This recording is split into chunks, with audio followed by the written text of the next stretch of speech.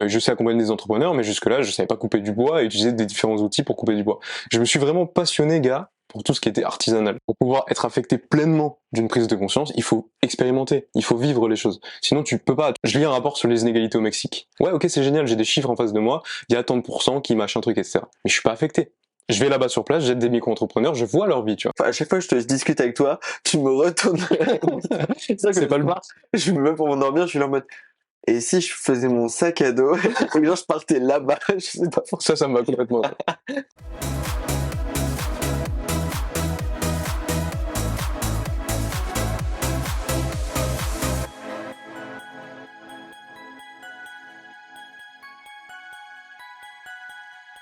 C'est difficile de se présenter comme ça en un mot, c'est pas quelque chose que j'aime spécialement faire en plus.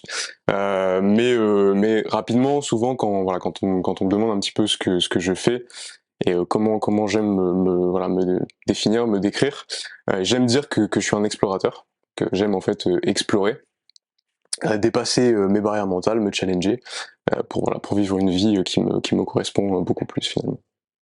Ok.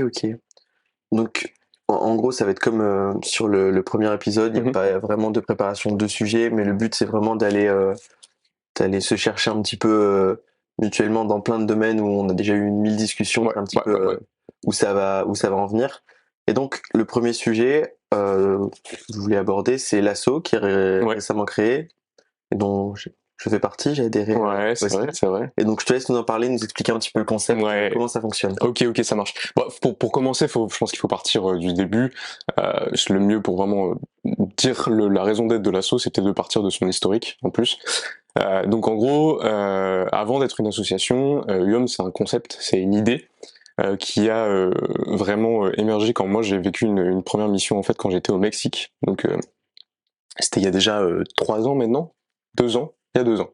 C'était il y a 2 ans et puis j'étais au Mexique et j'étais engagé du coup déjà avec une association française et j'étais volontaire en fait là-bas sur place. Concrètement la mission c'était la suivante, je vais quand même la décrire histoire de donner un contexte un petit peu à tout ça.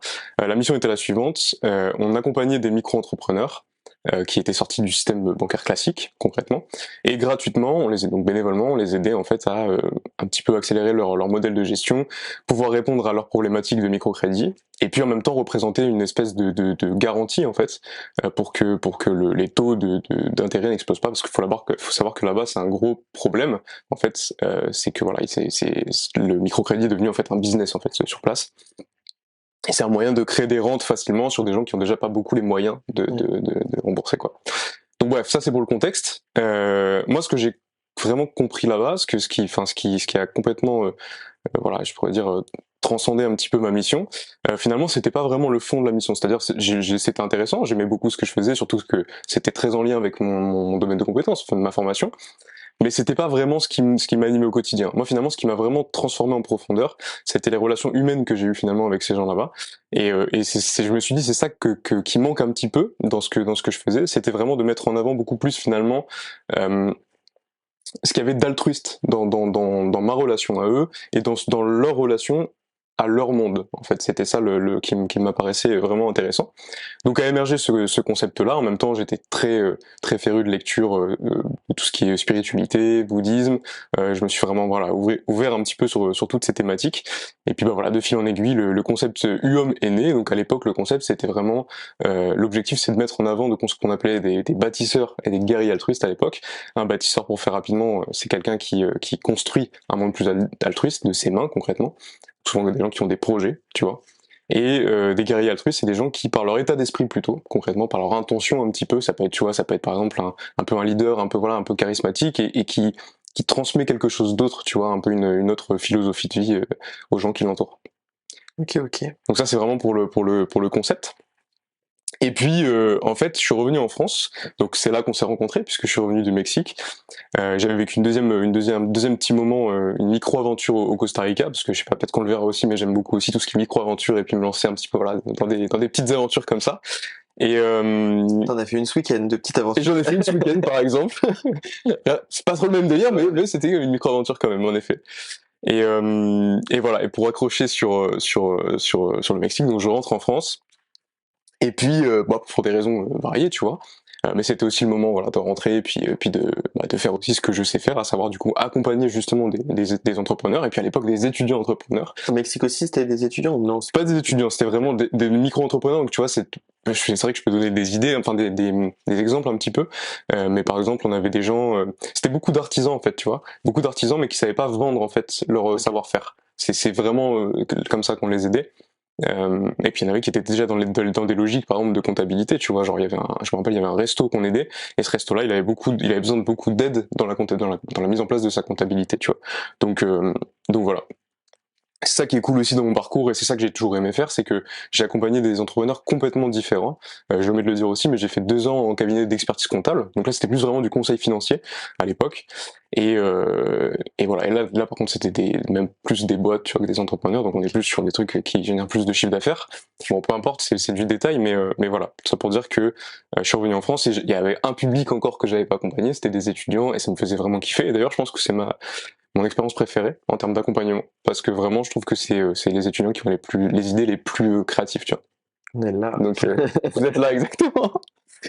Ah vraiment c'est vrai, je le pense vraiment de fou. Et Vas-y, je raccroche sur l'assaut du coup, je me perds hein, dans les trucs, c'est un mais truc de et fou. du coup là dans l'assaut, on en est, enfin pour l'instant c'est encore une idée ou ça, parce que quand tu pars toi c'est pas du tout avec cet assaut là pour l'instant. Donc comment ça émerge un petit peu, comment ça? Ouais. Alors du coup là je rentre en France, je reprends un petit peu le récit, mais je rentre en France et en fait je me dis bah voilà, je vais absolument continuer ce concept-là, mais ça peut plus être à travers moi parce que bah voilà, moi je vis autre chose, j'ai ma mission, j'ai mon travail, donc j'ai pas le choix, j'ai pas le temps et l'énergie finalement pour vivre ces trucs-là. Donc aussi même pendant cette année-là, je me lance dans des micro-aventures, c'est perso et puis voilà. Et donc je me dis mais attends, il y a plein d'expats, tu vois, en France. C'est-à-dire qu'il y a plein de jeunes qui partent, tu vois, ils ont pas forcément un gros objectif quand ils partent, ça peut être un peu genre soit c'est je sais pas, ils réalisent un Erasmus, ils ont trouvé un petit travail ailleurs, etc. Ça peut être aussi même genre ah vas-y, je me lance, j'ai envie de prendre une année de césure, une année sabbatique, tu vois.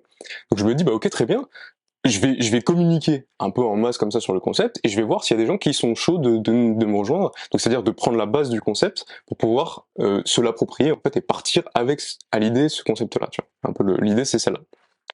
Et en fait ça a super bien marché. Parce que du coup, on s'est retrouvé à former 2 promos de 4, ce qu'on appelle nous des reporters, donc en gros qui témoignent de ces profils-là, de cet autre monde-là.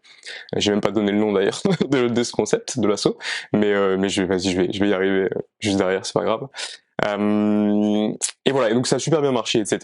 Et donc on a mis en avant, enfin on a suivi plusieurs reporters on était en Amérique latine, on était en Australie, on a été à Bali, on a été en Inde, on a été en Écosse, en Finlande, en Islande, également en Corse. Donc voilà, tu vois, on a été un peu partout. Et puis bah tous ces reporters-là, ils ont réussi vraiment à s'approprier ce concept et à mettre en avant du coup voilà des personnes qui œuvraient pour un monde plus altruiste, voilà plus créatif, plus humain finalement. C'est ça un peu la logique du truc. Et donc voilà. Et en fait, je suis revenu, moi, d'une micro-aventure, une grosse aventure quand même, une aventure que je m'étais lancée aussi de août à décembre. Grosse aventure. Macro-aventure du coup. Et là puis, t'étais parti juste toi. moi du coup, j'étais parti en tant que reporter aussi de ce concept. C'est-à-dire que j'ai témoigné de ma propre action et ma propre mission sur notamment les réseaux. Et voilà, ça me permet de dire justement d'arriver sur le gros point central, c'est qu'en fait, tu vois, tu comprends jusque-là, je le dis pas, mais c'est implicite. En fait, on était un média jusque-là, tu vois. C'est-à-dire que du coup, on mettait en avant, en fait, on communiquait massivement sur ce que nos reporters découvraient concrètement. Et en fait, en partant, moi justement en Finlande, a émergé en fait un besoin. C'est-à-dire que ce qu'on mettait en avant, les profils qu'on mettait en avant, en fait, ces profils-là, aussi par la confiance créée, tu vois, entre nos reporters et eux, ils se sont dit, bah, est-ce qu'il n'y a pas un moyen, en fait, de créer un peu un partenariat sur le long terme. C'est-à-dire, nous, on a des besoins, tu vois, ils ont tous une activité. Vous témoignez de ce monde-là, et puis en plus, évidemment, les reporters, bah, ils aident ces profils-là dans leur activité quotidienne.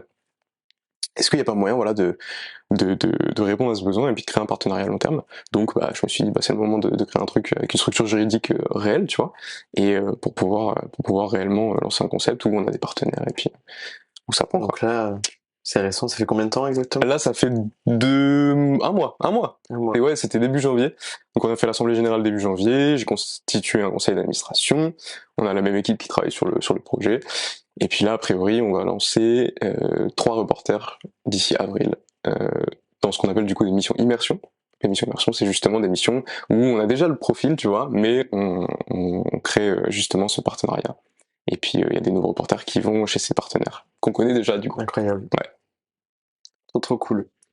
Et du coup, concrètement, le but de l'asso là aujourd'hui, c'est de former et d'envoyer Ouais. ces reporters-là. Ouais. On sait jamais si. Enfin, de toute façon, tout sera dans la description de la vidéo et du podcast, bien sûr. Donc, allez jeter un œil et puis si ça vous intéresse, envoyez un petit message. Clairement, avec plaisir, on recevra. Non mais ouais, tout à fait, c'est ça. C'est vrai que je dis pas là, je rentre pas dans les détails de l'assaut, mais en effet, c'est exactement ce qu'on fait sur la forme du coup. En fait, pareil, je pense qu'il faut que je revienne sur un peu sur la philosophie du truc. Et ça, c'est une expérience perso qui m'a fait comprendre ça. C'est que tu vois, au début, on préparait personne et c'était vraiment en mode, voilà, toi tu pars, tu t'en vas dans ton contexte, et puis on témoigne de ce que tu fais. En fait, le truc, c'est que voyager, c'est cool, ça peut te permettre en fait de t'ouvrir l'esprit, Ouais. mais déjà encore faut-il partir avec l'intention de s'ouvrir l'esprit, tu vois. Parce qu'il y a plein de gens qui partent, ils partent 2 semaines en vacances, c'est génial, tu vois, ils font ce qu'ils ont à faire, puis ils reviennent, rien n'a changé, rien n'a bougé, c'était génial, je me suis un peu rafraîchi, tu vois, mais ok, cool. Donc en soi, on s'est dit, ok, là il y a un truc à faire, et c'est vraiment une expérience perso parce que c'est quelqu'un que je connais qui est parti pour le coup, et elle a vraiment vécu comme ça, tu vois, en mode, ça a pas vraiment transcender quoi que ce soit concrètement. Ça l'a pas vraiment ouverte quoi. Donc c'est là où je me suis dit ok cool, il faut vraiment mettre quelque chose en place, c'est-à-dire qu'il faut qu'en fait ces reporters là partent avec l'intention aussi justement de s'aligner sur les profils que nous on met en avant aussi, tu vois. Donc voilà, donc c'est là que j'ai eu l'idée parce que déjà pour le coup moi j'ai été formé à ça, mais qu'en plus du coup j'ai des gens qui sont environnants de moi on va dire qui sont vraiment dans ces thématiques là. Je me suis dit bah c'est le moment en fait d'inclure de la préparation mentale dans le processus du coup de formation de l'association. Et donc la préparation mentale, elle est exactement là pour ça. L'objectif, c'est concrètement de passer au-dessus de peur potentielle, du coup, pour devenir plein potentiel. Concrètement, c'est ça l'idée. Donc on fait en sorte qu'en fait un reporter, avant de partir en mission, il soit ouvert à toute possibilité et il soit prêt en fait à voilà à s'ouvrir et puis à vivre quelque chose de différent.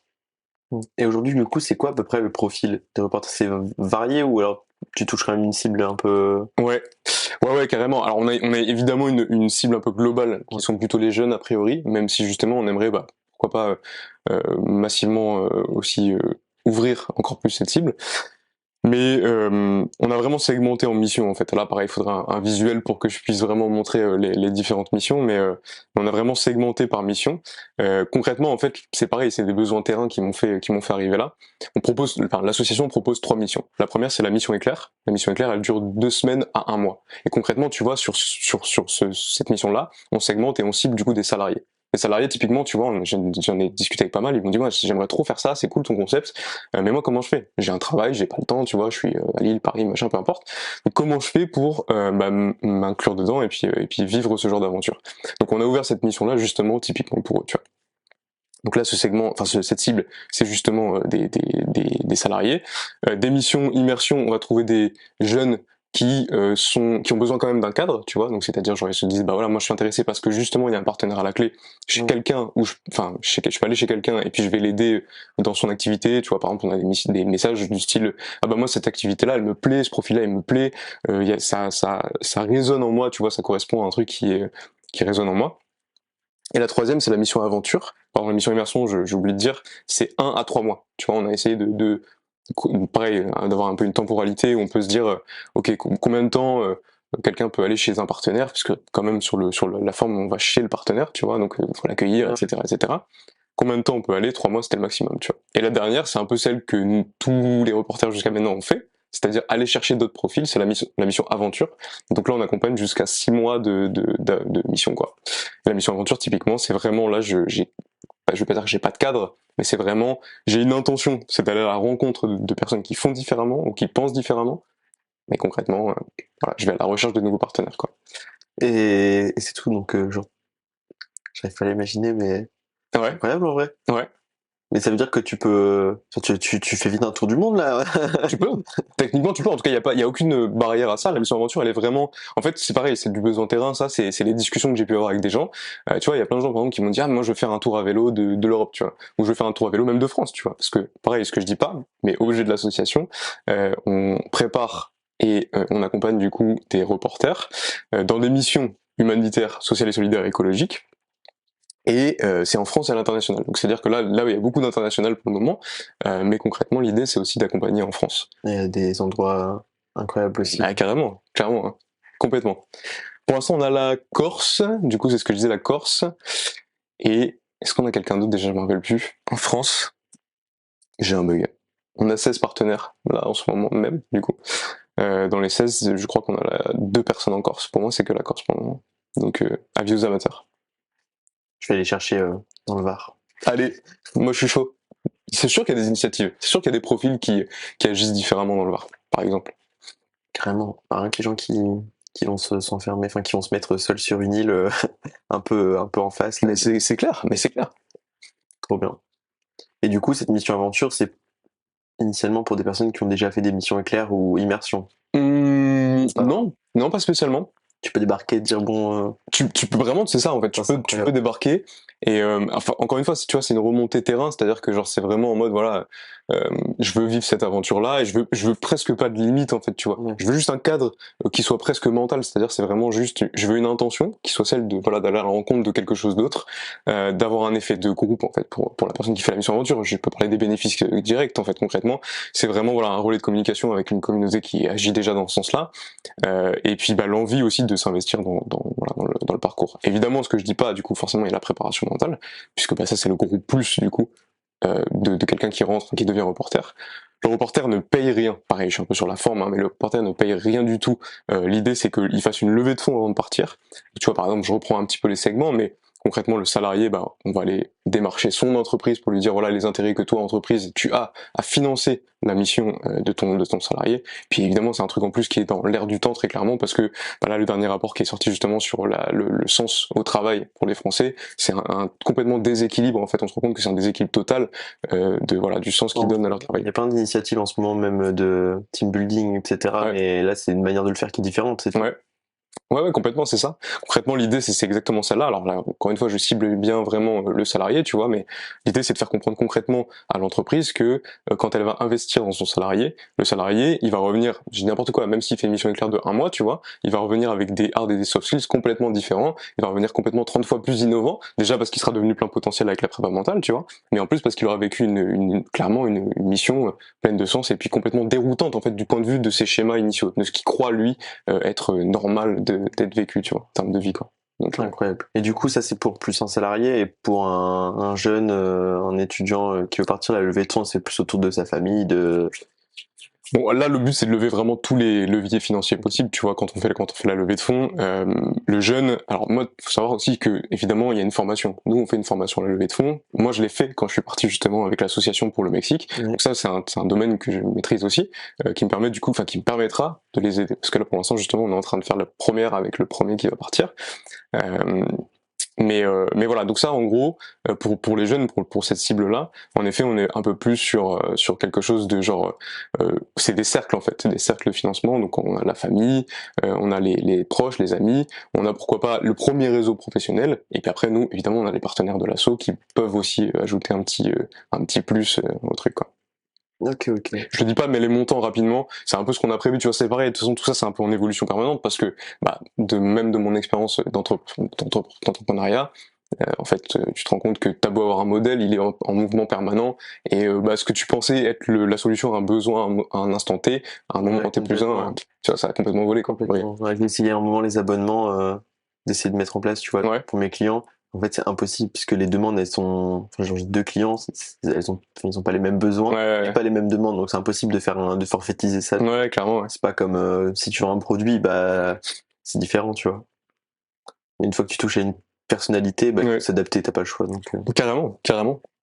Et c'est ça qui est beau aussi, c'est que bah, on se rend compte qu'on n'est pas l'homo economicus qu'on pense qu'on est, c'est que l'humain est 20 000 fois plus complet en fait que ça, et chacun a voilà, un historique différent, une expérience de la vie différente, et puis moi je trouve qu'en tout cas à titre perso c'est ce qui m'éclate aussi, c'est de m'adapter un petit peu à toutes les personnes qui arrivent avec leur vécu, tu vois, et qui ont envie de vivre des choses différentes. C'est ça qui est top. ok. Et donc, on a parlé de ce sujet, il y en a un Ouais. autre, mais qui en même temps fait partie Ouais, de ouais. l'asso, c'est sur ta mission, du coup, enfin, Celle qui est juste, ouais, ouais, celle de août à ouais, décembre, c'est ça? ouais, c'est ça. Celle de août à décembre Donc, c'est la seule que j'ai pu voir, même sur les réseaux et tout pour l'instant. Est-ce que tu peux nous en parler un petit peu plus? Comment ça s'est passé? Ouais. Comment t'as préparé ça? Et ce que t'as vu? Parce que moi, ce que j'ai vu, que t'as vu, c'est incroyable. Parce que j'ai vu, t'as vu. Ouais. J'ai vu Ouais. par toi interposé, tu vois. Ouais, mais c'était le but, mais c'était clairement ça, c'était l'objectif, c'était l'objectif. En fait, pareil, ce que je dis pas, je peux faire le lien avec le concept à l'époque, mais le concept, en fait, le concept UOM, je crois que c'est la première fois que je donne le nom Tu du l'as dit coup. tout à l'heure, J'ai ça. dit tout à l'heure aussi. Ok, cool. Le concept UOM, du coup, mais avec trois piliers en fait dans le concept, c'est-à-dire que c'est un peu ce que je dis, je crois qu'on comprend un petit peu ce que je dis, mais c'est vrai que parfois je vais un peu dans tous les sens, mais c'est l'objectif, c'est en gros, je ne peux pas avoir une action bénéfique à l'extérieur si je n'ai pas de conscience à l'intérieur, et si en gros je pose pas une intention Ouais. euh, positive, pour qu'on se comprenne, hein, positive sur l'action que je veux mettre en place en gros. Donc en fait, c'est ce qu'on appelle du coup une pleine conscience de l'environnement qui t'entoure du coup. Et donc les trois piliers c'était ça, c'était plus de conscience pour plus d'altruisme et pour plus d'harmonie avec le vivant. Tu vois qu'il y a un rapport permanent entre l'intérieur, le monde intérieur et le monde extérieur, tu vois. C'est vraiment genre l'objectif de ça. Donc, je voulais revenir sur ma mission. Je me perds dans ce que je raconte du coup en même temps. C'est génial. Non, oui, en tant que concept, du coup, c'était vraiment voilà les trois piliers à l'époque du truc. Donc, tu parles, c'est ça ce que je voulais dire. Tu parles d'endroits magnifiques. En fait, ça en fait partie. Ça fait partie de la mission. Pourquoi? Parce que dans ce que je raconte là, du coup, c'est que il y a la notion d'émerveillement est au cœur en fait des piliers de ce que je raconte. Parce que l'émerveillement mène au respect en fait, au respect et à l'envie notamment de protéger. Tu vois. On parle tous de crise écologique, on parle tous de crise des inégalités sociales, vrai sujet, hein, réel sujet. Le problème, c'est qu'il y a beaucoup de gens qui n'ont pas conscience, c'est-à-dire de l'interdépendance des choses et surtout, concrètement, de l'intention qu'ils posent dessus. C'est-à-dire que je peux m'engager dans une asso, par exemple, qui va dire voilà, moi je veux résoudre le problème climatique, et je peux m'engager et engager mon ego à 100% dedans, tu vois, et dire en fait je vais régler un problème personnel qui m'est personnel dans ce problème extérieur, si je puis dire. Complètement. Donc c'était ça l'objectif en gros de l'asso, c'est vraiment de faire prendre conscience que, je vais le dire autrement, c'est un peu formule toute faite, mais avant de changer le monde, faut se changer soi-même, tu vois. On est toujours dans ce mantra-là, hein, tu l'as bien compris avec la préparation mentale et tout, mais concrètement, l'idée, c'est vraiment celle-là. Et donc l'émerveillement, c'est vraiment le thème est au cœur voilà, de ces trois piliers, parce que si je m'émerveille, je respecte, et donc je protège concrètement. Et donc c'était pleinement l'objectif aussi de ma mission à moi, c'était de partir dans des pays comme l'Islande, la Finlande, la Norvège, pour en mettre un petit peu plein les yeux, déjà à moi pour commencer, et puis aussi à tous les autres, pour pouvoir être plein dans la thématique de l'émerveillement, quoi. Trop trop cool. C'est incroyable. Et donc concrètement, t'es parti avec, et parce qu'il y a un truc où attends, t'as remonté ou t'as redescendu? J'ai remonté. T'as remonté. Ouais. Raconte-nous cette épreuve. Moi, je trouve ça incroyable, je te jure. À Ouais. chaque fois, j'ai l'impression d'écouter Mike Horn, tu vois. Bah, pas autant, pas autant. Ouais, mais enfin, c'est quand même, tu vois. Enfin, moi, je suis là dans mon confort, genre, j'aime bien, je n'y vois pas, mais en vrai, ça te motive, tu vois. Hmm. Genre, si tu vois ça une fois, t'as envie de le faire le lendemain. Bon, est-ce que tu le fais vraiment? Non, du coup. Mais, euh, mais vas-y, raconte-nous. Ouais, carrément, bah non mais Je dis donc, en fait, en soi, je suis tout seul. C'est juste je te raconte à toi. Non mais si, non mais je vois ce que tu veux dire. En fait, moi c'est pareil, ça part d'un besoin qui m'est intérieur en fait de base, hein. C'est vraiment la compréhension au fur et à mesure des années de ma vie que j'avais pas envie de faire de ma vie euh, quelque chose qui soit de plus en plus confortable, tu vois. Je donne un peu des mots clés comme ça depuis tout à l'heure, comme Lego, challenge, défi, etc. En fait, c'est pareil, ça vient pas de nulle part. C'est que j'ai conscience que plus je suis dans le confort, ça va appeler encore plus de confort. L'ego fonctionne comme ça, notre cerveau fonctionne comme ça. C'est-à-dire, il veut s'accaparer un maximum de choses. Tu vois.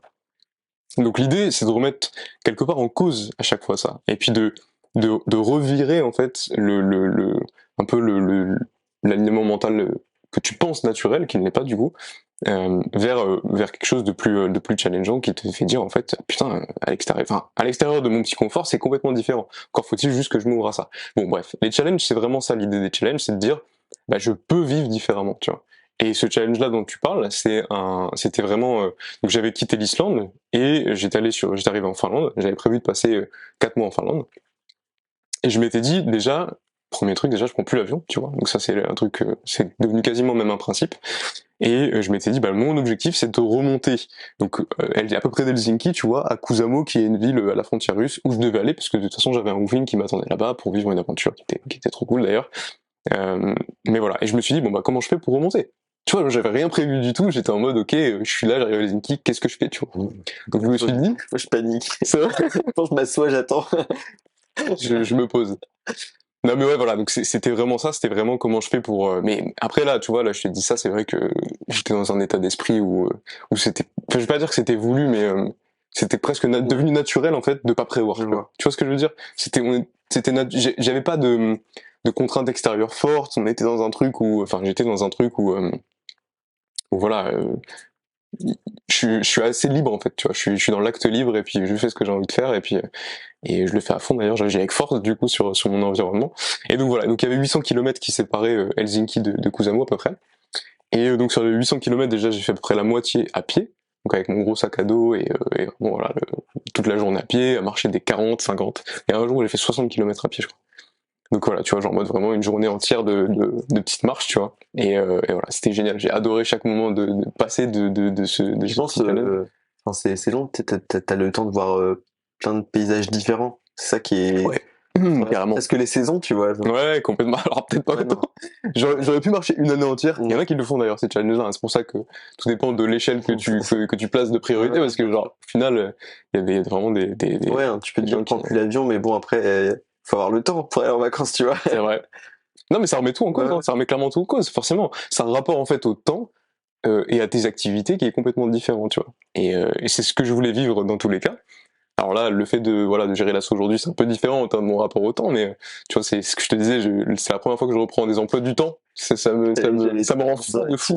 Mais vraiment, ça me rend fou parce que je me dis, mais ça, j'ai tellement plus l'habitude et je suis tellement dans un truc, tu vois, où voilà, j'ai envie de juste de vivre les moments à fond et que voilà, quoi, ouais, c'est un peu. Je te rends compte que tel que ça fonctionne actuellement, t'es obligé de rentrer dans les petites cases du Ouais, temps pour le gérer, tu vois, alors ouais. que t'as été habitué pendant quelques mois à faire juste. Enfin, genre, tu prévois, tu vois, mais dans ta tête, enfin, y a pas cette histoire de construction peut-être limite numérique et digitale que tu vois Mmh. partout. Ouais, de fou, hein. Non, mais carrément.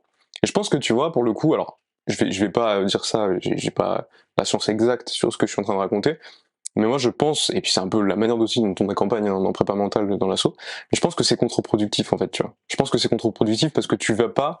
En fait, l'organisation pour moi, c'est un moyen de pallier au manque d'inspiration. Je le vois vraiment comme ça, tu C'est vois. vrai? Clairement, clairement. En gros, l'organisation, ça permet de te mettre en tête des schémas parce que Mhm. t'as pas l'énergie naturelle pour réaliser les tâches, tu vois, qui se suivent l'une l'autre. Tu vois ce que je veux dire? Ouais. Et du coup, ça vient pallier en fait ce manque de trucs. Donc c'est pas inutile. L'idée c'est pas de dire ah faut pas faire ça, faut faire ci, machin, etc. Mais plus de dire bon bah si je peux être inspiré, c'est encore mieux quoi. Alors tu vois. Bah, écoute, moi je sais que pour ça, c'est pour ça que enfin, que j'ai adhéré, que ça m'intéresse de ouf, c'est que j'ai 1000 barrières à casser, tu vois, là-dessus. Genre, je suis vraiment le pire exemple, tu vois, genre, comme tu dis tout à l'heure, genre, bah, j'avais pas prévu, je savais pas comment je allais faire, mais moi, vraiment, je m'assois, j'attends, je panique, vraiment. Pour l'organisation, bah, c'est emploi du temps, mais genre au millimètre, je Ouais. m'appuie sur mon emploi du temps, genre, c'est vraiment Ah hard, tu ouais. vois, ouais. Ah Toute ouais. ma journée, je peux te montrer, c'est vraiment. Et t'arrives du coup, est-ce que même quand c'est prévu comme ça, t'arrives comment dire? Bah, Ah du coup, quand il y a d'imprévu, c'est compliqué. d'accord. Mais Même par exemple pour une douche, tu vois. Là je pense à une douche, tu vois. Genre t'arrives à être dans une idée de genre de bien-être dans ta douche vu que tu l'as prévu.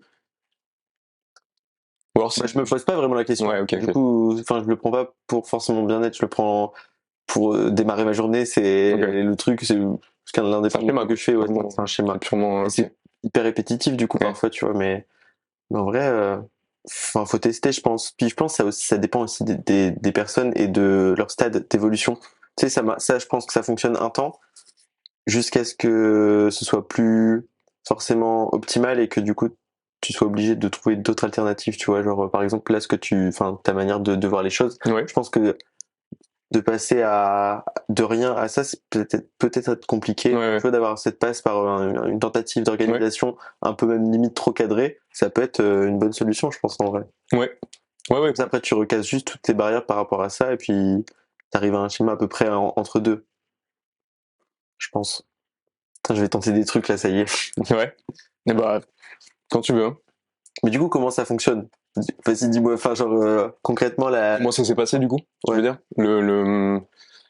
comment ça fonctionne, tu veux dire, sur Non, la là, forme? je suis encore sur l'histoire de Ou sur la montée du pas d'organisation pour Ok. l'inspiration, genre Ah pourquoi. oui, donc sur le schéma du coup. Ouais, c'est bon. sur le Ok. schéma. Bah, c'est vraiment en gros. Du coup, c'est en fait à travers l'organisation. Encore une fois, c'est un truc. Tu vois, c'est des tâches qui sont nécessaires pour arriver à ton résultat. Donc tu vois, c'est des trucs très répétitifs que tu dois faire pour arriver pour performer. Voilà, arriver sur un résultat, c'est la notion de résultat qui compte derrière. Et donc tu as besoin forcément d'énergie pour te diriger vers ce résultat. Donc quand tu mènes des projets, par exemple, je vais te donner l'idée de l'assaut, j'ai pas le choix d'être organisé. Parce que ça comprend d'autres gens, j'y aurais pas pensé naturellement, j'aurais pas été inspiré naturellement par ah oui c'est vrai que je dois comprendre cette personne-là, ce financeur-là, cet investisseur-là, ce partenaire-là, tu vois. Donc on est sur un truc où l'organisation est nécessaire. Mais je pense que ça vient pas lié au manque d'inspiration. Quand je dis ça, c'est que euh, quand t'es inspiré naturellement sur quelque chose, les choses coulent de source. Je pourrais le dire un peu comme ça. C'est genre, c'est quand t'as l'impression que tous les feux sont ouverts un petit peu pour toi, tu vois, et que t'es dans un projet et le boulevard il s'ouvre comme ça. T'as l'impression que t'as presque pas d'effort à faire, si je puis dire. Tu vois, c'est vraiment, ça te paraît naturel. Et en fait, c'est parce Tu que l'as vachement au début des projets. au début, Ouais. Parce que t'as encore, tu sais, l'engouement où limite, tu sais pas trop encore. est-ce que tu réponds à Ouais, c'est ton ça. pourquoi, quoi. En Ouais, fait. c'est ça. Ok.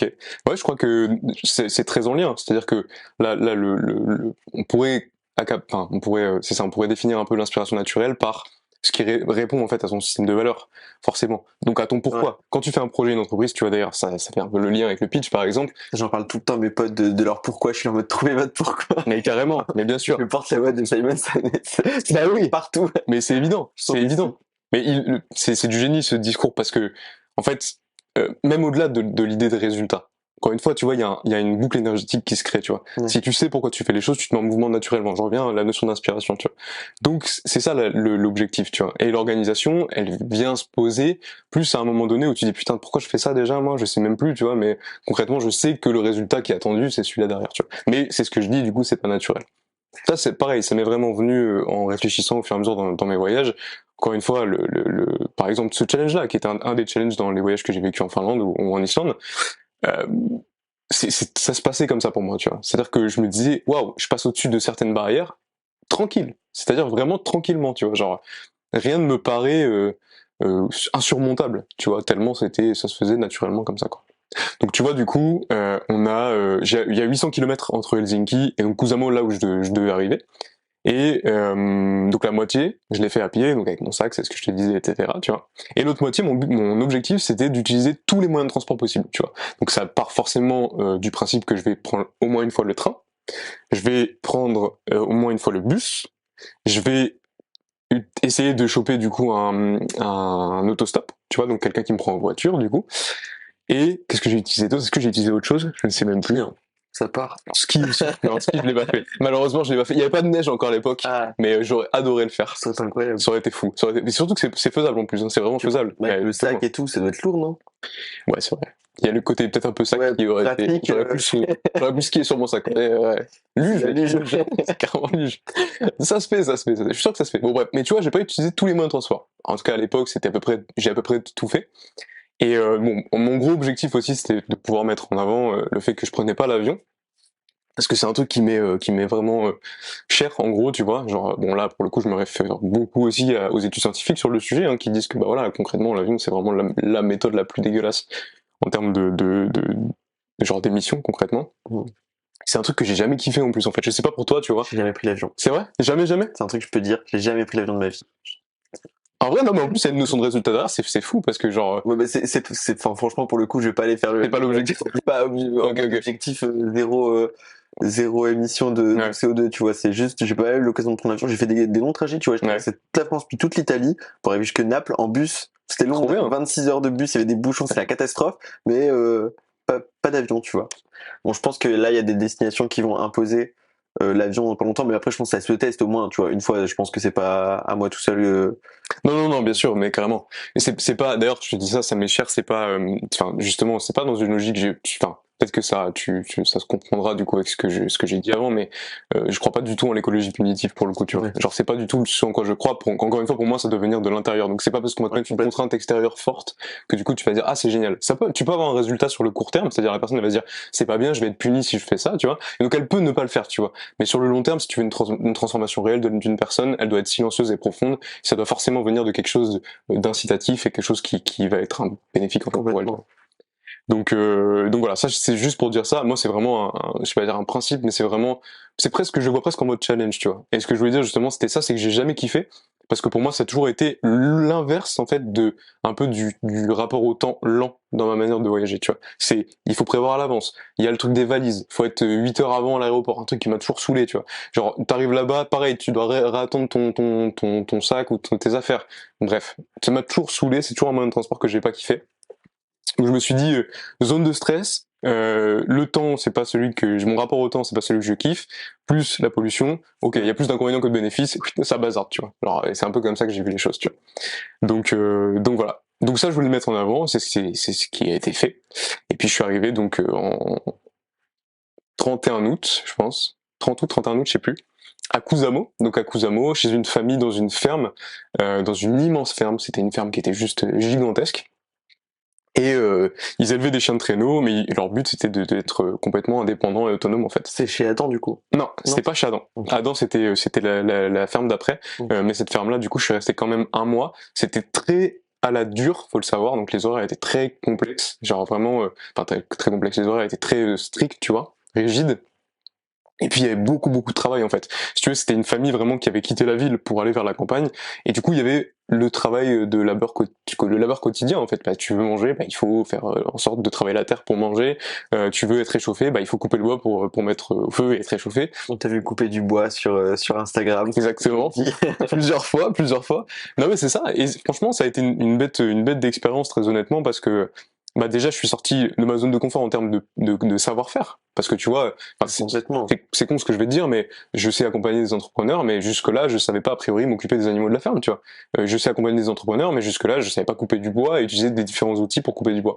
Je me suis vraiment passionné, gars, pour tout ce qui était artisanal, et vraiment je savais pas que je trouvais vraiment un intérêt fou en fait au fait de savoir soi-même se débrouiller, se démerder avec les outils qui sont les tiens. Je suis sûr, même quelqu'un qui a des notions là-dedans, il va aller là-bas, et je pense que c'est fait d'une autre manière. Bah, carrément, donc, carrément. Ah mais complètement. Toujours à apprendre. Et puis si je peux ajouter ça aussi, évidemment, les pays nordiques sont tellement en avance, mec, par rapport à leur pratique, à leur méthodo, à leur pédagogie même c'est fou, la notion de la famille est pas la même, l'école c'est pas la même, les amis, le voisinage, enfin tout est différent, tu vois. Je veux dire, ce qui m'a frappé, c'est que les familles chez qui j'ai été, donc les fermes dans lesquelles j'ai été, ils font des choses au quotidien que nous, on va, tu vois, je voudrais pas être grossier, mais s'auto-masturber sur ce qu'on fait d'un point de vue écologique, c'est génial, ouais, on fait du compost, tout, ouais, cool, tu vois. Et pour eux, c'est une évidence implacable, c'est-à-dire que c'est dans leur mode de fonctionnement. Faut savoir que la Finlande, c'est un pays dans lequel il fait froid, la nuit tombe très vite, donc c'est à la fois rude, sombre, challengeant en fait. L'environnement est challengeant, et ça peut être assez rude de s'y confronter, tu vois. Donc c'est naturel pour eux de faire toutes ces choses-là, tu vois. Il faut absolument que la terre se reconstruise, parce que j'en ai besoin pour que demain je puisse remanger, tu vois. Okay. Tu vois, c'est un peu la logique, je la fais rapide, mais c'est un peu ça le truc. Mais du coup, comme ça, c'est logique, ils ont le temps et la possibilité d'investir d'autres techniques et d'autres moyens d'aller plus loin en fait.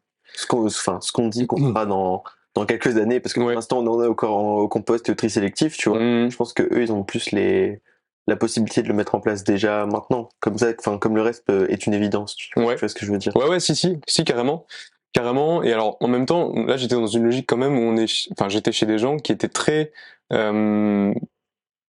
c'est là aussi où ça a matché, si tu veux, un peu dans la philosophie de vie, c'est que j'étais chez des gens qui étaient très, je parle même plus d'Adam, tu vois, la deuxième ferme, très connectés justement au rapport au temps, tu vois, qui ont vraiment conscience qu'en gros le problème, ce qu'on appelle la crise écologique, le problème écologique, c'est un désordre avec soi-même déjà, tu vois. Donc c'était vraiment ça qui m'apparaissait super passionnant là-bas. Et tu vois, je faisais le lien entre l'inspiration et l'organisation.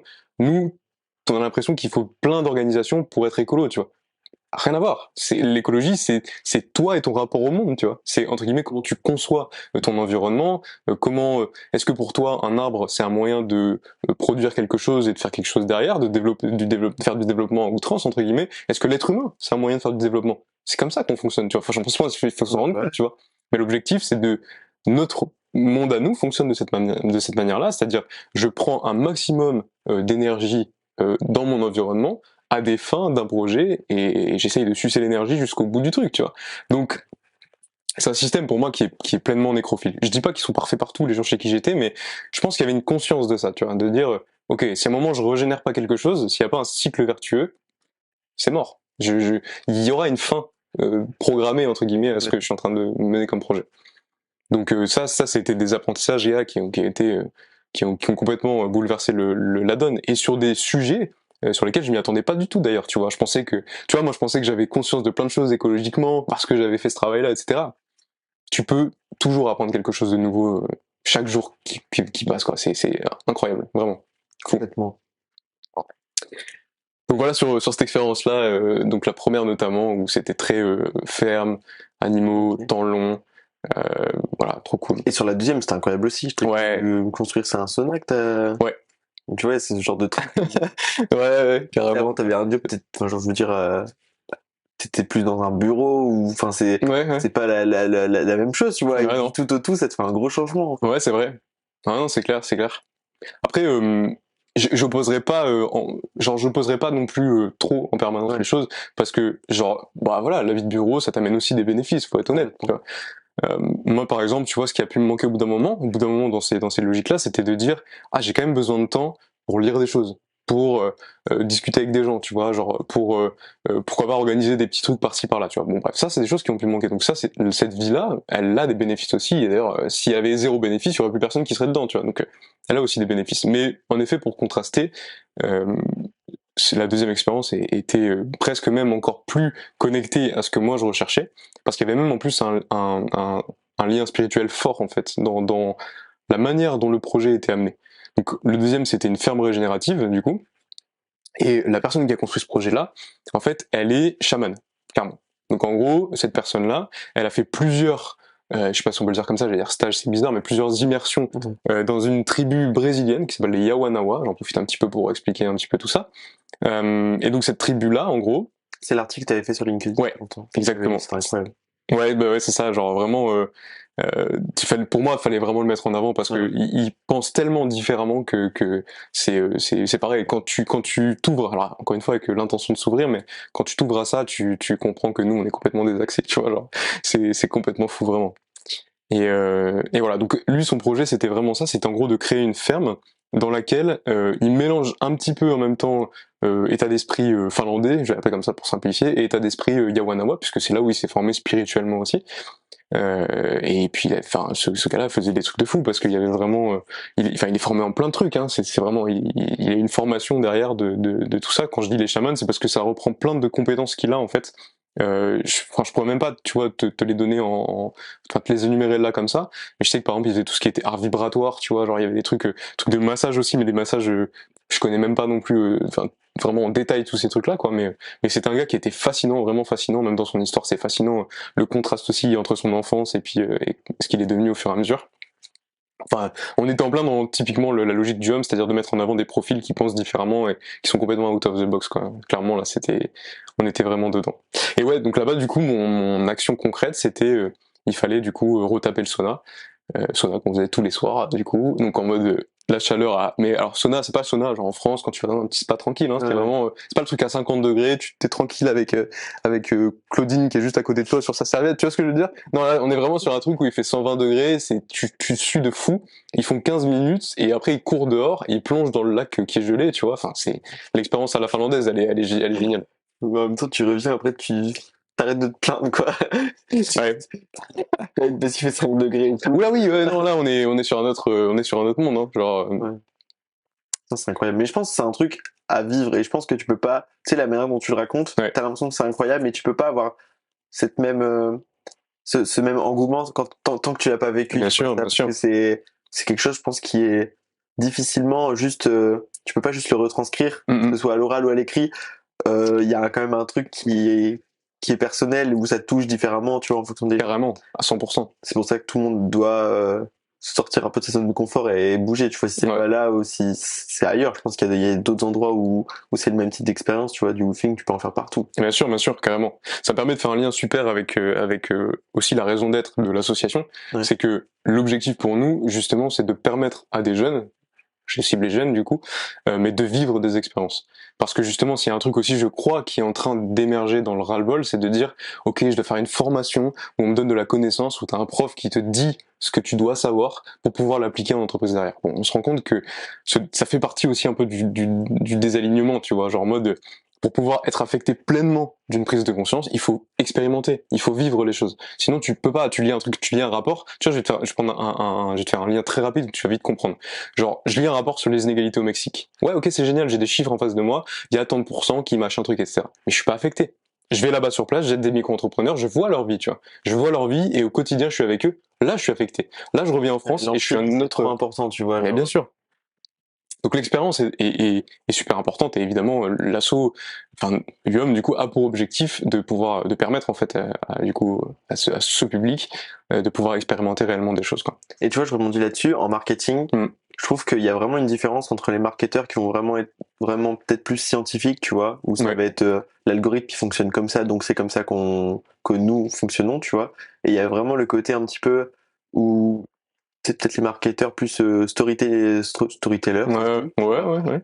où ça va être vraiment de raconter une histoire, d'avoir un message derrière et tout. Je pense que les deux, c'est vraiment, enfin, ça se différencie tellement et je pense que tu gagnes en racontant des histoires ou d'avoir un vrai message derrière bien sûr. et pas seulement de faire, enfin, d'avoir des actions en fonction de chiffres, tu vois.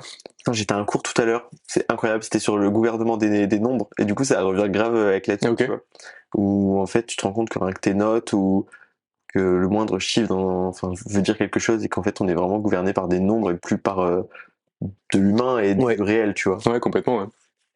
Complètement. Et ça, c'est pareil, ça fait écho évidemment à un peu plus de théorie pour moi. Mais ce que tu dis, ça me fait penser finalement, est-ce qu'on est un homme de raison ou un homme émotionnel, tu vois, du point de vue un homme avec un grand H, donc un humain. Et là, pour le coup, bah, si c'est une énième façon de comprendre qu'on est plus émotionnel que raisonnable, si je puis dire, bon, bah voilà, on a la preuve aussi au quotidien, quoi. Donc, Mais c'est dur des fois parce que tu sais, tu fais le chemin de l'humain en gros qui au départ était dans cette logique peut-être plus de rationnel, c'est pour vivre, pour manger et tout, qui ensuite s'est développé progressivement peut-être vers le XXe siècle, je sais pas si c'est vraiment niveau date ça colle, mais vers de l'émotionnel et qui au fur et à mesure enfin tu sais ça a fait un peu montagne russe. Tu vois, et là, cyclique. Ouais. Et en mode là on est plus dans une ouais c'est ça complètement. Et là on est plus dans une phase où il y a une demande d'émotion, d'humain et que au bout d'un moment la raison et les chiffres on commence à s'en taper un petit peu au fur et à mesure, tu vois. Ouais, complètement. Je fais le lien, ça me fait beaucoup penser à pareil, c'est ce que tu dis, du coup, fait forcément écho en moi. Je peux un peu te dire aussi comment on accompagne un petit peu mentalement les reporters dans l'association. Pour vraiment, pareil, comprendre un peu le point de bascule, c'est très simple. On prend un peu cette image-là aussi, très simple à comprendre. C'est que dans ta vie au quotidien, tu utilises et tu donnes de l'importance à 3 verbes. Tu donnes de l'importance au verbe être, au verbe faire et au verbe avoir. Tu vois. Si je reprends un peu la logique de la critique d'un monde que j'ai fait, c'est-à-dire du coup, bah, l'objectif c'est de s'accaparer plein de choses du coup, parce que je fais pari que en ayant des ressources, je peux faire des choses, et donc potentiellement je serai, donc je suis heureux, satisfait, complet, le verbe, enfin l'adjectif que tu veux, c'est le désalignement naturel des choses. Parce que si c'était le cas, on serait des avoirs humains, on serait des fers humains, tu vois. Or on est des êtres humains, c'est-à-dire que intrinsèquement, on est fait pour être, pas pour faire ou pour avoir, tu vois. Ça fait un lien aussi avec la notion d'organisation dont je te parlais, tu vois, juste avant. Pas complètement. Donc, en fait, c'est comme pour le Golden Circle, tu vois.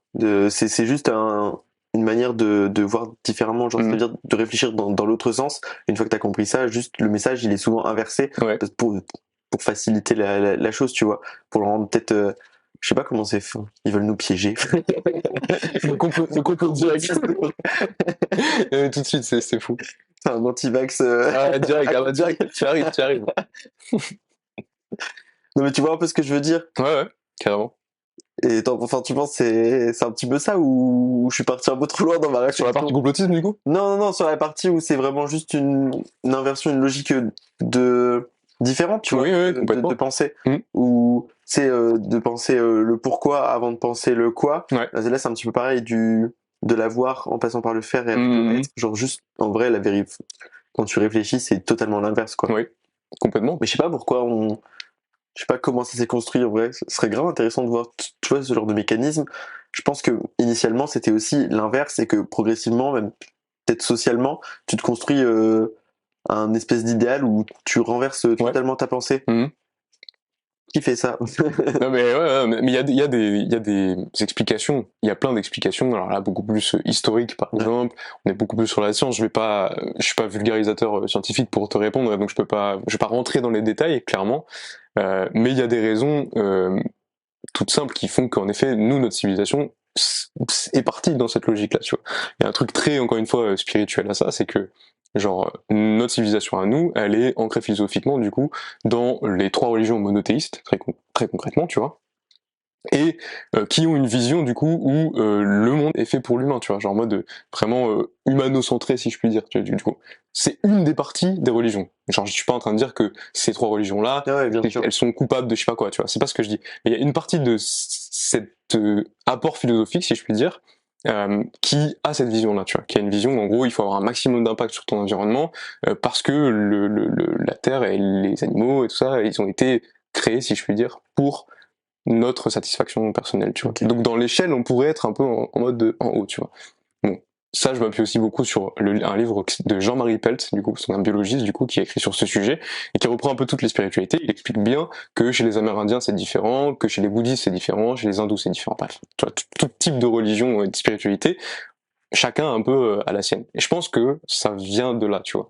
Donc nous, dans notre construction au fur et à mesure du temps, bah, on s'est dit, bah, c'est normal d'avoir un maximum d'impact, tu vois, genre, sur notre environnement, tu vois. Ok, je vois. Et c'est logique de construire comme ça, c'est logique de prendre à la nature pour faire ça, c'est logique de prendre un autre être humain si il vaut moins que moi, tu vois. Dans ce cas-là, je peux le prendre à des fins qui sont les miennes. T'arrives sur toutes les logiques de, je vais pas dire de manipulation, mais en tout cas, tu peux arriver vite sur ces logiques-là, quoi. Genre. Et voilà, donc je pense que historiquement, on s'est vraiment construit comme ça, et on arrive, pour moi, en tout cas, d'un point de vue purement spirituel, on arrive au bout d'un, d'un, d'une manière de faire qui s'essouffle et qui va forcément mener entre guillemets à un renversement des priorités, quoi. Ok. Et juste pour faire le lien quand même, j'en profite pour dire que je suis pas en train de dire c'est à cause de cette religion qui est coupable, etc. Oui, bien sûr. Bien au contraire, parce que j'ai même compris que la religion pour beaucoup de gens c'était un moyen d'être en fait, tu vois. Donc il y en a qui vont le dire, et les religions monothéistes en font partie, c'est-à-dire qu'ils vont en étant connectés à cette religion être au plus profond d'eux-mêmes, tu vois. Donc c'est juste comment la société, si je puis dire, ou l'humain groupé s'est emparé de cette philosophie pour en faire une finalité, tu vois. Et aujourd'hui, typiquement, la fin du livre, je spoil un peu, mais à la fin du livre, c'est vraiment de dire aujourd'hui la science et le monde marchand, c'est les nouvelles religions, en gros. Donc c'est ce en quoi on croit aujourd'hui, tu vois. C'est hyper vrai. Tu regardes un peu limite statistiquement, tu vois. Je pense que la plus grosse partie, enfin, genre, tout le monde, même en ayant des religions Ouais. vraiment dans le religieux, dans l'idéologique, dans tout ce que tu veux, enfin, sont dans ce système-là aussi, tu vois. Donc, c'est un truc même qui rassemble tout le monde et c'est compliqué du coup d'en sortir, tu vois. Mhm. C'est purement ce qu'il appelle du coup la notion de progrès, et personne ne la remet en cause aujourd'hui. Parce qu'on est dedans, et que c'est ce que je reviens un peu sur la notion de bénéfice-inconvénient, et le progrès, donc qui couple entre guillemets la science et la marchandisation de la science, si je puis dire du coup, euh, en fait, voilà, personne ne va le remettre en cause parce que tout le monde trouve des bénéfices à vivre dans ce progrès-là, et même à le continuer et à le pousser à son extrême, si je puis dire, quoi. Mais le fait est que ça résout pas le problème de tout ce qu'on a dit depuis le début, c'est-à-dire d'être véritablement, ton rapport au temps qui est différent, tu vois, qui coule logiquement. On est un être humain, encore une fois, pas un avoir humain ou un faire humain, quoi. C'est incroyable. Mais du coup, ça me fait rebondir sur un truc, c'est que là, tu vois, tu parles de la remise en cause du progrès. Ouais. Et j'ai l'impression que ça a même limite un petit rapport, mais en même temps, c'est pas du tout la même chose, ou justement, ça se trouve, c'est complètement opposé, j'arrive pas trop à le visualiser. C'est par rapport à la notion de décroissance, tu vois. Ouais.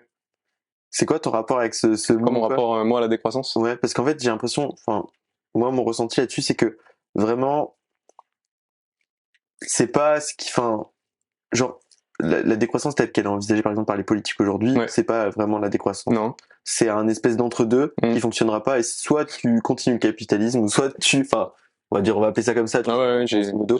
compris. Ou soit enfin, tu décroissant, mais complètement, sinon ça n'a pas vraiment de sens et d'impact pour moi. Ok. Pareil, je suis pas un expert de la décroissance, donc je peux en effet juste te parler de mon rapport. J'aime beaucoup le livre que Timothée Parikh a écrit. Je sais pas si tu vois qui c'est. Non, Timothée Parikh, c'est un économiste. Il a fait ses études en Suède aussi d'ailleurs, donc je me sens très proche de lui, évidemment intellectuellement, si je puis dire. Là, il explique dans son livre que la décroissance, en fait, je pense qu'il faut revenir à parler du constat et interroger la première question. Du coup, avant de dire la décroissance c'est quoi, il faut en faire quoi, etc. Le premier constat, de toute façon, c'est que notre monde actuel, il est en contraction physique. Ça, c'est scientifique. C'est pas moi qui le dis, tu vois. C'est scientifique, il y a une contraction physique. Et donc, dans tous les cas, subi ou pas subi, on va devoir décroître. La politique, elle sert juste à ça. C'est-à-dire de prendre des directions pour dire, bah, actuellement, il est en train de se passer ça. Ok, vers quoi on va, tu vois? Est-ce qu'on subit cette décroissance ou est-ce qu'on la planifie, entre guillemets, tu vois? Est-ce qu'on planifie la décroissance et on se dit, on adapte le monde actuel, du coup, avec ses problématiques et ses limites physiques, à l'activité humaine? Ah, je vois. Mais encore une fois, c'est un renversement de pensée. Hein. Bah oui. Franchement, je pense qu'il faut. Tu sais, on n'a pas forcément. Je trouve qu'on n'est pas appris à avoir cette logique-là. Faudrait. Ouais, carrément. Mais là ce que tu dis, c'est ça en fait. Tu remets. Enfin, il y a un peu de remise en cause aussi de ce qu'on apprend, même à l'école, parce que l'école, elle est principalement faite aussi pour donner de la main-d'œuvre aux entreprises, aux organisations, peu importe. Et donc, tout ça, ça va dans une pensée, dans un monde qui converge, entre guillemets, vers une sorte de système, tu vois. Voilà pourquoi tu disais, la politique actuelle, ou les gouvernements actuels, n'a pas pour objectif de renverser cette logique. Il a pour objectif de pas trop déconforter les gens, tu vois, et de faire en sorte que, bon, il faudrait peut-être mettre un petit cache-nez, parce que quand même, tu vois, genre, il suffirait de baisser un peu le chauffage, tu vois. Bon, c'est vrai que, vu comme ça, c'est ridicule, tu vois. Mais oui, il y a un renversement total en fait des priorités, et un renversement total ne peut passer, je reviens un peu à l'expérience, qu'à l'intérieur de chaque individu, tu vois. Il faut le vivre pour le comprendre, tu vois. J'aime beaucoup ce qui est dit, la vulgarisation scientifique, même ce que je viens de dire, le constat que je viens de faire sur l'histoire, etc. C'est très intéressant. Mais une personne ne peut pas s'approprier ça si juste tu lui dis, bah lis ce livre-là, tu vas tout comprendre, tu vois. Je pense qu'elle a besoin vraiment d'expérimenter en profondeur les choses et de voir que, par exemple, il y a de la souffrance pour certains êtres humains, de voir qu'on rase et on tape dans des nappes phréatiques. Il faut voir les choses et il faut expérimenter pour soi-même rentrer finalement en empathie et en émotion finalement avec ce qui est en train de se passer, quoi. Et tu penses c'est quoi? Genre, c'est d'aller voir, c'est coup de tête, Coup de tête, tu pars et go. Ouais, parce que tu sais, si tu pars de ce principe-là, après, d'aller tout voir, c'est limite impossible. Donc, Ouais, bien sûr. je pense qu'après, c'est une histoire de cause et de ce qui te tient à cœur pour mettre de la priorité. J'avoue. À chaque fois que je discute avec toi, tu me retournes. C'est pas le bar. Je me mets pour m'endormir, je suis là en mode. Et si je faisais mon sac à dos et genre je partais là-bas, je sais pas pourquoi. Ça me va complètement. Moi, je l'ai pas fait pour l'instant. C'est vrai. C'est-à-dire que j'ai pas assez convaincu alors. Ce soir, ça y est. Ce soir, je fais le sac à dos, c'est bon. Mais bientôt peut-être. Hein. Bientôt peut-être. Je crois que c'est un beau mot de la fin. T'es arrivé vers le mot de la fin. Je pense qu'on peut conclure On cut ça. Allez. On cut. Eh ben, merci beaucoup d'avoir regardé ou écouté ce podcast. Merci à toi, Lucas, d'être venu pour ce deuxième épisode. Merci à toi, Gab. Premier Cool. de la contrefaçon. Avec le nouveau nom. Deuxième du podcast en général. Et puis, donc, on se retrouve le mois prochain pour un nouvel épisode.